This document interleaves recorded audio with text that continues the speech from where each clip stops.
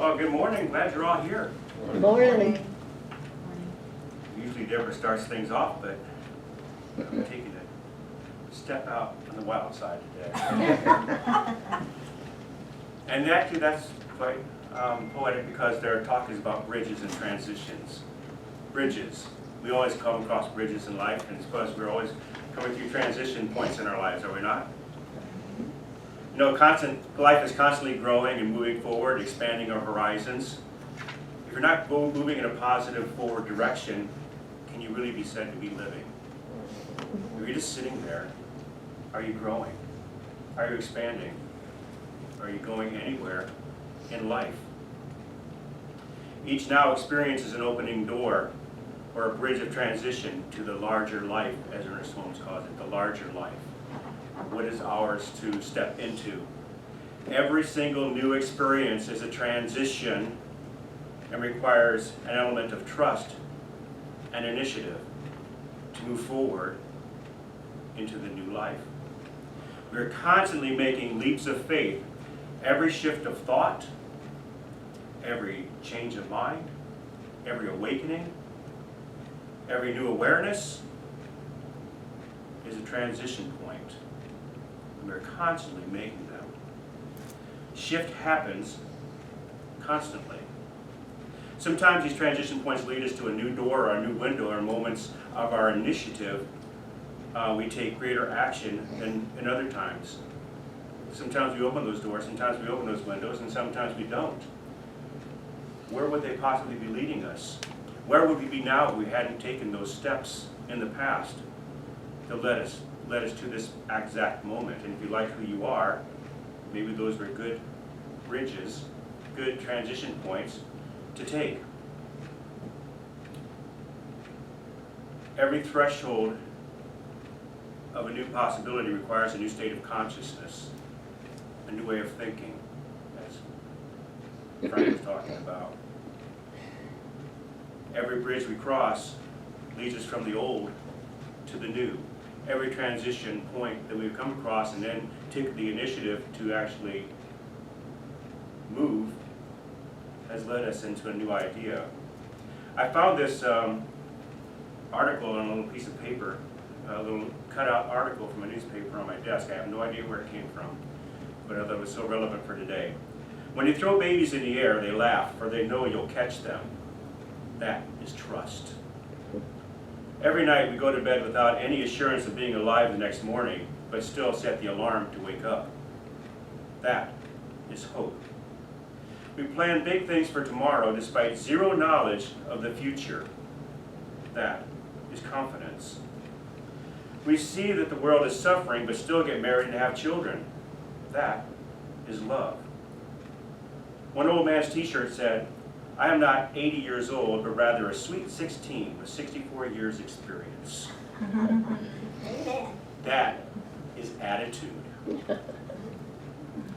That's showing, all those things are showing the idea of being able to move out into the world where we don't exactly know what's on the other side. Bridges, sometimes we can't see the other side. We have some great confidence, some great trust, some great attitude about getting over there to find out what's on the other side. Every second of time is a transition point from the past to the present. Every tick of the clock says, now, now, now. Now is the time. Now is the time. Now is the time. Now we start. Now we start.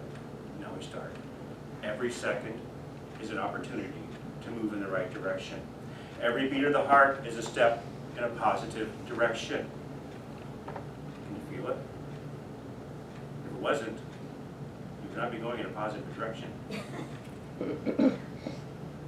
Every breath is evidence of a desire to live another moment. Every breath you take. When you open your eyes, you can only see what is before you, not where you have been. You don't need to have eyes in the back of your head because you're not going in that direction. You need to know where you are going. That's why our eyes move to the left, to the right, and our head turns to the left, to the right, but we can't actually look behind us. We've already been there. To go back is not living. To go forward is living. So our eyes are a blessing, allowing us to know what the possibilities are, and then to choose where I want to be and what I want to do. Life is an ongoing sequence of transitions, constantly. There's this great story about a bridge, the Brooklyn Bridge. In 1883, a creative engineer named John Roebling was inspired by an idea to build a spectacular bridge connecting New York and Long Island. However, bridge building experts throughout the world thought that this was an impossible feat and told Roebling to forget the idea. It just could not be done. It was not practical. It had never been done. Those famous words.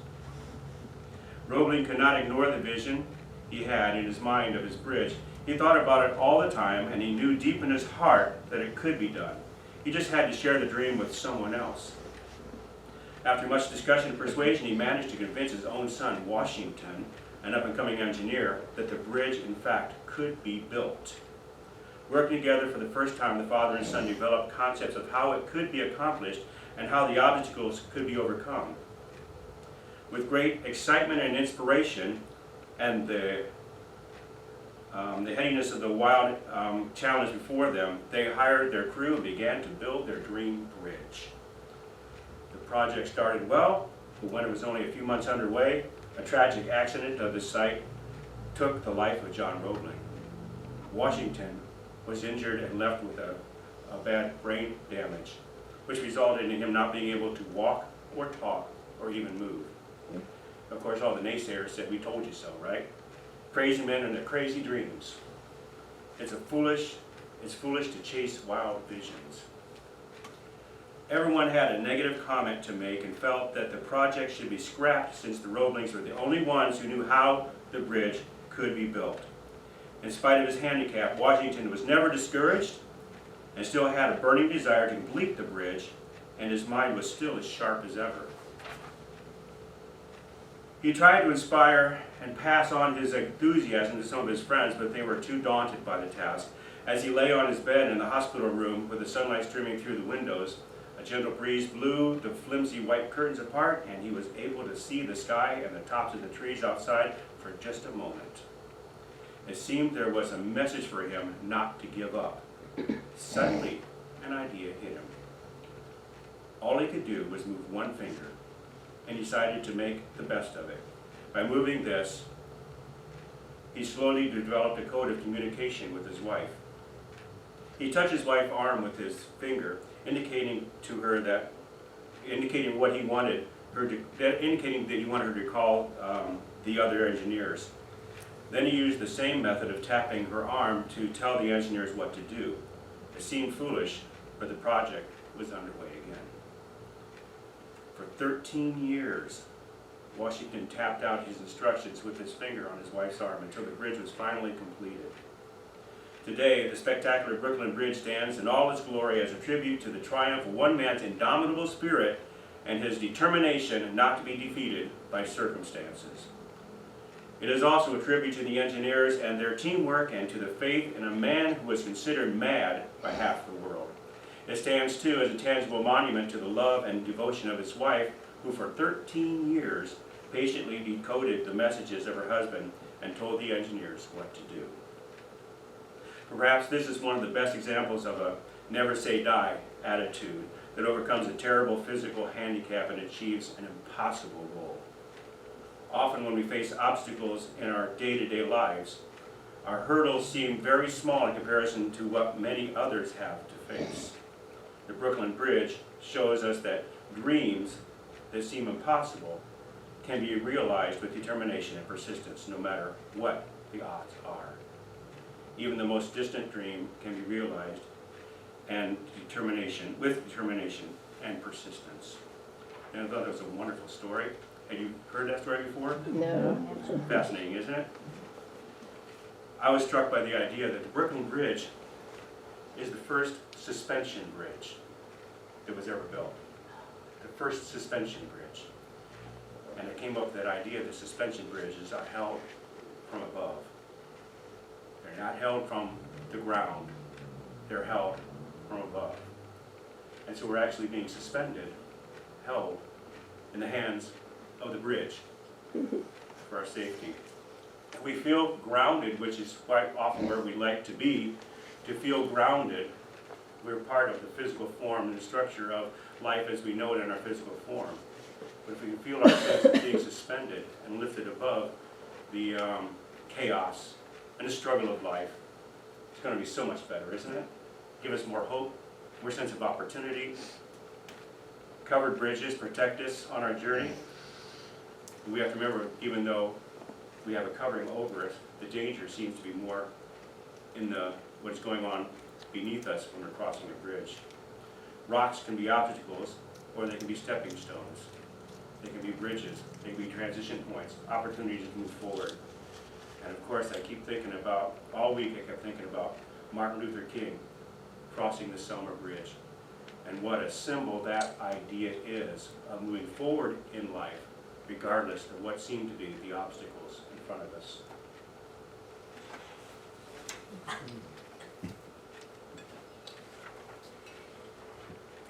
Well, I love the way David used the idea of suspension. I'm from Vermont, some of you may know, and so I'm going to talk for just a moment about those covered bridges that he mentioned. Of course, having grown up with them, it is very common for people to believe that the covered bridges were created as a place for people to go to get out of the elements up north, the snow and ice and rain, but that isn't actually why they were built. The covered bridges were built to protect the parts underneath. They were the wooden structural members from the weather, from those elements that I just mentioned, and the sun included in that. So uncovered wooden bridges would have a lifespan of about 20 years. However, a covered bridge had a lifespan of about a century, about 100 years. So when I read that, I thought, well, that's fascinating, so I really want to say it, but it really doesn't relate to anything that I'm going to really be talking about. And then I thought, well, it sort of does. Because here's the truth. You and I are not a bridge. There's nothing we need to be protected from. So that suspension that David just spoke about, that connection, that bridge to the one power and presence of life, God, called by many names, call it whatever you desire, spirit, the divine, whatever you desire to call it, that power and presence is the most important bridge that we can make with the thinker of our own mind. And so our mind and our spirit, which are the essence and truth of who we are, do not need protecting. Ernest Holmes wrote, our mind and spirit is our echo of the eternal thing itself. And the sooner we discover this fact, the sooner we shall be made free and happy. The echo of the eternal thing. That's what your mind and your spirit is. That part really resonated with me because I know I used this years and years ago. I don't know if you remember it or not, but sometimes we talked about the tools, spiritual tools that we use in our mission vision statement. We talk about that. And we each probably use a little bit different tools. We all probably use prayer, which we also call treatment or affirmative prayer, and meditation, sitting in the silence. I love to use nature. And one of my favorite tools to use, I did never learn this, I created this in my imagination, was to imagine myself at the top of a mountain standing near the edge of the cliff. And I don't like heights, but I have no fear in this situation. And I call out the I am peace, I am whole, I am complete, I am abundant, whatever the I am is, out, and it goes out into the valley and bounces off the mountains, and it echoes back. That's what an echo does. It comes back to us. An echo is an evidence of truths, of principles in action. And so when I, in my own mind, I do this, in my own mind say, I am love, what word echoes back to me? Anybody? Love. Love. Love echoes back to me. I am love, love, love, love, love, love. How can you be anything but that as you're feeling the vibrational energy of that pulsating the atoms of your being, your physical being? We are not really this physical body. We are the mind and spirit within us. And so bridges can symbolize ideas, like David spoke about communication. They can also symbolize our bridge, our pathway of our mind to communicating with the God of our understanding. They are also bridges to unity with one another. And they help us to overcome any and all obstacles when we learn how to use the bridge appropriately. So the purpose of a bridge is to get us from point A to point B. Without the bridge, the movement may not occur. It may not be possible. But we are good bridge builders, and we have all the tools we need within our own mind. You may feel trapped sometimes in a situation, or simply unable to, or feel that you are unable to explore new places, new ideas, new situations. We feel stuck in some of the human stuff. Anybody else relate to that? Yeah? I don't think I'm the only one here. I think we're all on that same page in our humanness. We sometimes feel stuck. And we don't have to, but we do have to have the tools to unstick ourselves in those situations so that we can explore creatively, imaginatively within our own mind. So let's look at some of those ways. A bridge can be a place to meet. We often hear the idea of, I'll meet you halfway, or let's meet in the middle.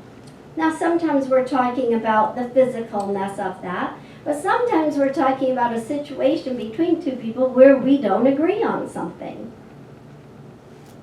But if we want to keep the love within ourselves, we have to find that bridge, find that path. And so the bridge can be a neutral space, not only for two on two, but for countries.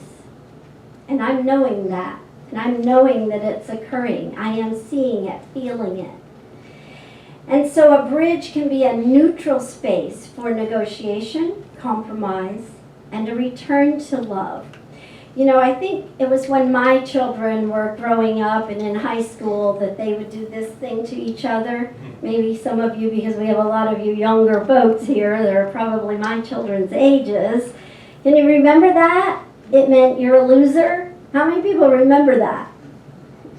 Oh, not that many. Not like that. Like, Right. Oh, it was even a stronger L, huh? Oh, okay, thank you for that.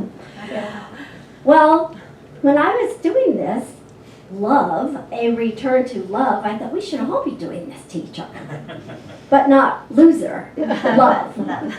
You are love. Look around and put your hand up here. Come on, play with me. It has to be your right hand so it makes the L. And then look around and tell everyone here that they are loved. Yes? That's really all we are. And that's what we all want. And sometimes we have to practice. When we're willing to build a bridge, we are then demonstrating unity. Gee, we have a lot of kids who like to play. The next week might be play date. Good. So just as a physical bridge provides a means for uniting one side, apparently, to the other side, we build bridges to new lands in relationships and our experiences. And then sometimes, at other times, we may feel that we're on the bridge in the middle and we're stuck between two directions. So what I want you to know is that when you feel like that, you need to do that first song we sang today. I am opening up in sweet surrender. There are never two options. There are always many, many, many options, because in God, the quantum field of unlimited possibilities exists. And if you don't have your answer right now, let it be okay. It's okay to not know. It's okay to surrender to just being present in this moment. So when you're standing on that bridge, you have the opportunity to look around you and not just see those two directions, but to ponder the options. Some people might like to bungee jump off the bridge. Some people might like to jump into the bridge or dive into the bridge if they've done their research and know that it's safe below. There are just so many options for us to take. I want to talk for a moment about different bridges or connections that we make in our lives, and David touched on this a little bit, but there are those situational bridges that we have. These are when circumstances arise and we must discover the path which we desire to take. It could be for something daily, short-term, long-term. Sometimes we think that we've made plans in one way only to discover something else and move in a new direction. And that's okay. But sometimes people will try to hold us back from that. Don't let anyone else make your decisions. Go within yourself. Pray with your own God. The highest God and the innermost God is one God. And it's your God. And so it's okay to shift. It's okay to change your mind. It's okay to change into a new direction. God knows I've had like 5 careers. And you know what? I've loved every single one of them. And I told you, I think a few months ago, that I may try a new one when I do finally retire. I might try being a waitress, because I've always thought that would be really cool to meet so many people and to serve so many people in a physical way instead of a mental way. Another bridge or connection we make is relationship bridges. And has anyone else noticed that our relationships change over time? They require a lot of nurturing. And I'm not just talking about our significant other relationships, although that too. But every relationship we have with every human being is going to change over time, because we evolve, we change our minds. Perhaps you've run into situations where you've worked on building a bridge of continuation, but it just hasn't worked out. And so you find that you need to walk across that bridge to continue a new relationship, to find a new direction, a new path. And that can sometimes be a difficult decision. But it has been said, sometimes you get the best light from a burning bridge. Now I know that old saying, never burn your bridges. But I kind of like this one. It once again proves that there are many bridges. And sometimes it is very wise not to burn your bridges, but sometimes you need that light or that enlightenment. So there are also times where we run into a challenge in a relationship and we're able to find a way to bridge the relationship and bind it together. And finding bridges that can do that in any of our relationships help us navigate that path forward. And as we do that, we can experience some of the most rewarding and heavenly relationships. We sometimes have to walk through the fire. Knowing which bridge to take comes from going within, listening to your soul's song, listening to what it takes for you. So there is also the Bridge to Nowhere. Have any of you ever heard of the Bridge to Nowhere? It's a real thing. Anyone?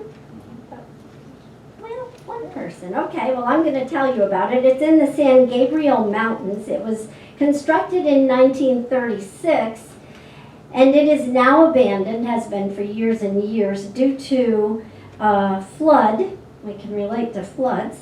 And it washed away a lot of the road. So the mountain still stands out there with no road. However, you can hike there. It's a 10-mile hike, and you must have a permit because it's treacherous and dangerous. I imagine that permit, I kind of chuckled when I saw that you need a permit to go on a hike. I imagine its purpose is so that if harm does come to you, it's all on you. And the Bridge to Nowhere is actually a bridge to nature. Everything that's out there is all about nature. People bungee jump from that area, hike there, picnic there, camp there, surrounded by nature in all its glory, where there are no buildings or cities, no companies or work. Nature. Nature is a huge part of our soul song. So someone wrote, understanding is the bridge between two minds. Love is the bridge between two souls. And every day, in every now moment that David talked about, we have an opportunity to experience that love with people around us.